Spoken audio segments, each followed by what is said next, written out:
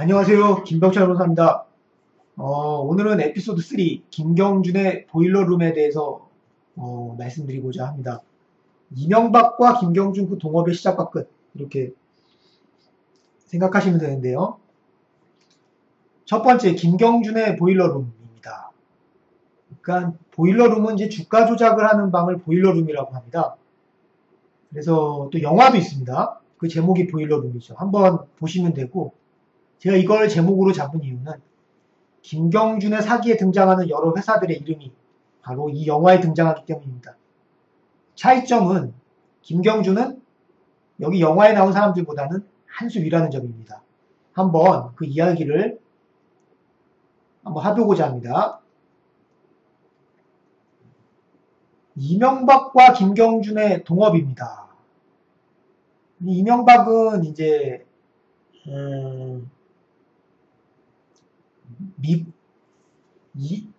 김경준과 함께 이제 이뱅크 코리아라는 금융 포털을 만드는 것을 목표로 이제 동업을 합니다. 이게 이제 이명박이 그 미국에서 돌아오잖아요. 미국에서 돌아와서 이제 하려고 했던 사업이 바로 이겁니다. 다시 말해서 당시에 우리나라는 금융, 은행, 증권 중개 이런 게 다 따로따로 칸막이 쳐져 있어서 통합적인 자산 관리가 불가능했기 때문에 금융업 발전이 한계가 있었습니다. 그래서 이명박 전 대통령은 이뱅크 코리아닷컴이라는 걸 만들어서 여기 안에 뭐 은행도 있고 증권도 있고 해서 여기 보시다시피 이뱅크 코리아를 만들어서 은행도 넣고 증권도 넣고 보험도 넣고 투자 자문도 해주고 이런 걸 해서 통합적인 금융 포털을 만드는 걸 목표로 했습니다. 그래서 자본금 20억 원으로 이 LK 이뱅크를 우선 설립합니다. 왜냐하면 이걸 하려고 그러면 전산을 개발해야 되기 때문입니다. 그래서 여기서 여러분들이 이해하셔야 될 거는 이뱅크 코리아닷컴이라는 이 개념입니다. 인터넷 종합 금융 포털. 회장은 이명박이고요. 그 다음에 여기 안에 들어온 회사들이 중요합니다. 첫 번째 가장 유명한 회사는 하나은행이죠. 하나은행은 은행 제휴가 됩니다. 그래서 은행업, 지급 결제하는 거 그런 업무를 하나은행이 맡게 되죠. 시중은행이 들어옵니다. 그 다음에 어디에 투자하면 좋다라는 거, 자산 운용 관련된 업무는 김경준이 세웠던 BBK 투자자문이 들어옵니다. 예. 다시 말해서 하나은행은 시중은행, 주주들이 따로 있고요. BBK 투자자문도 김경준이 99년 4월에 설립한 100% 자기 회사입니다.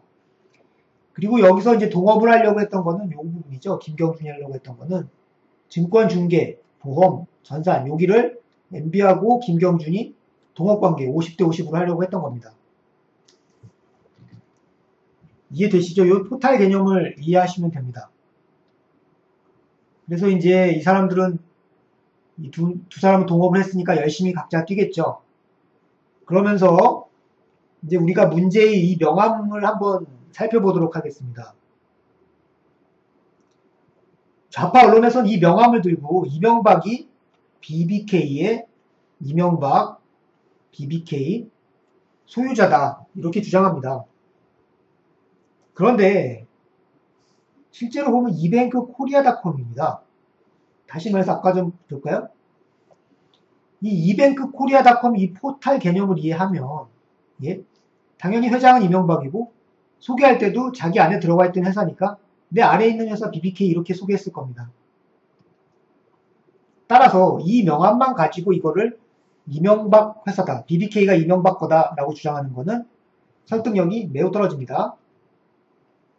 다음에 광운대 강연도 동일한 취지입니다.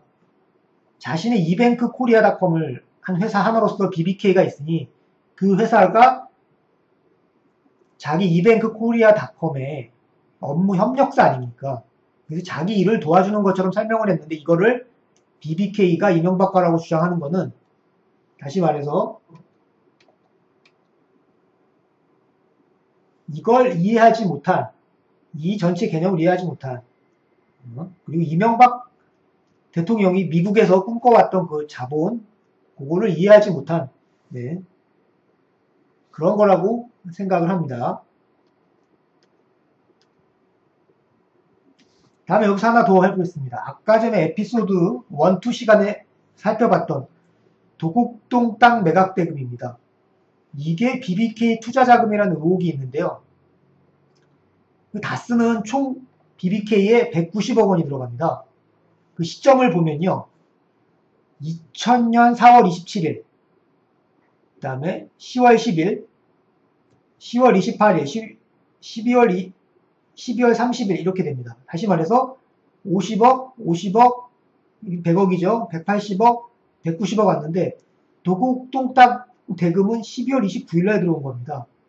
그래서 도곡동 땅 매입 대금이 여기 들어갔다고 하면 이 10억 들어가는 거죠. 근데 조사해보니까 이것도 아니었어요.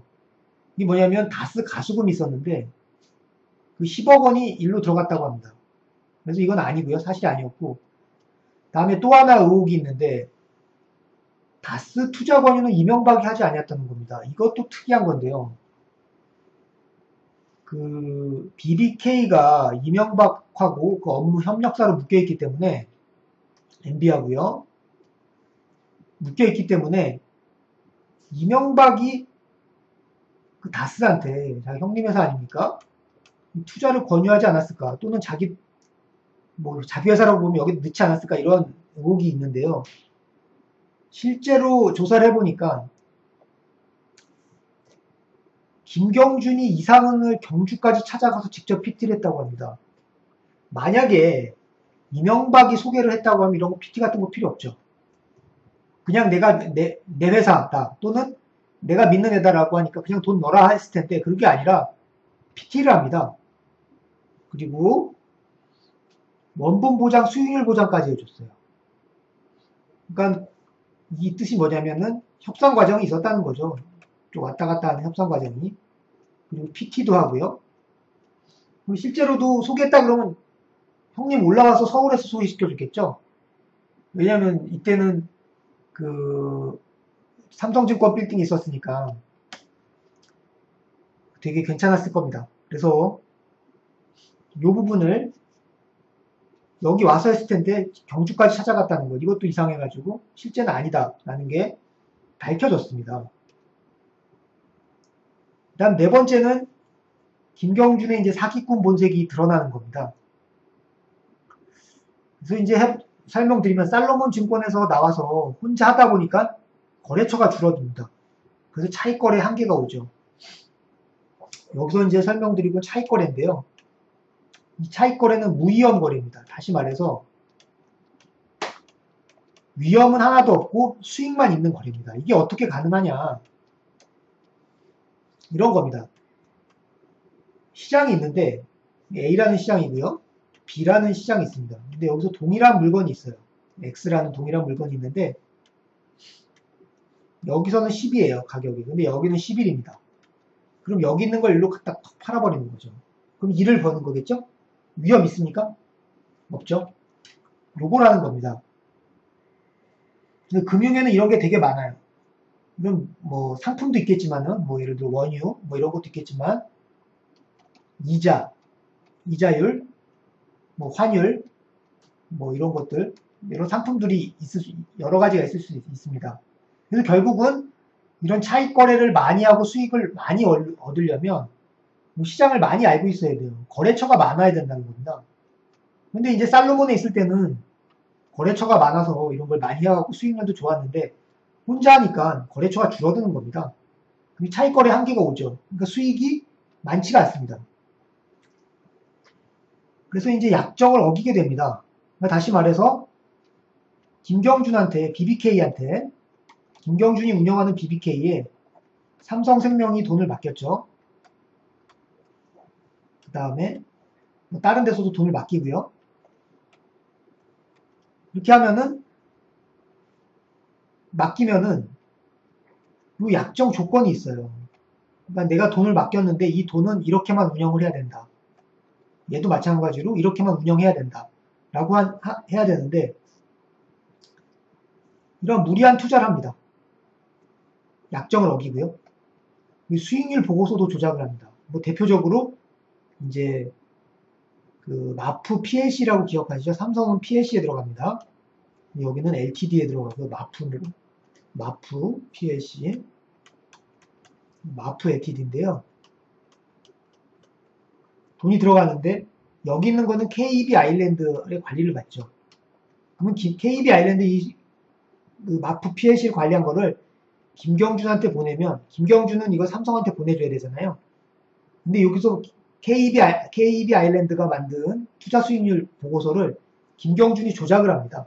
수익률이 높은 것처럼. 그렇게 해서 삼성생명에 보냅니다. 그런데 이제 문제가 BBK 중에 B가 있습니다. 바비오가. 김경준하고 사이가 나빠집니다. 그래서 이 바비오가 이거를 삼성생명에 알리죠. 삼성생명도 문제가 있다는 걸 알고 금감원에 신고를 합니다.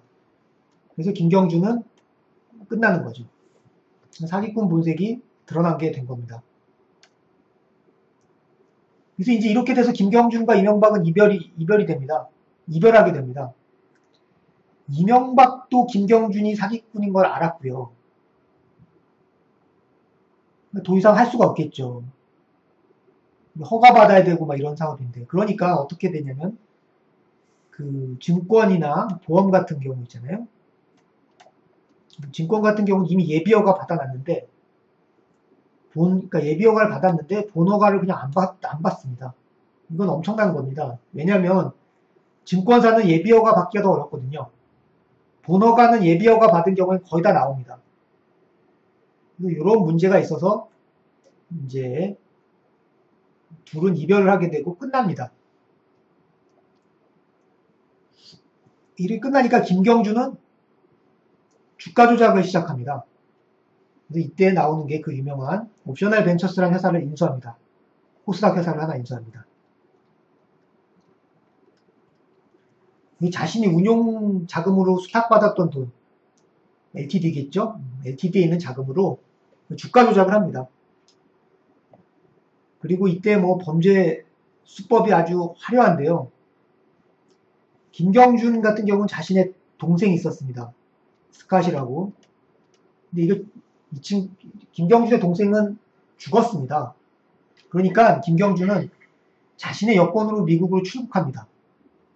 그리고 입국할 때는 자신의 동생인 스캇의 여권으로 들어오죠. 그러면 김경준은 법적으로 외국에 있는 상태입니다. 그래서 이런 시점을 이용해서 김경준은 이 시점에 주가 조작을 벌이게 됩니다. 아주 지능범이라는 걸 알 수 있겠죠.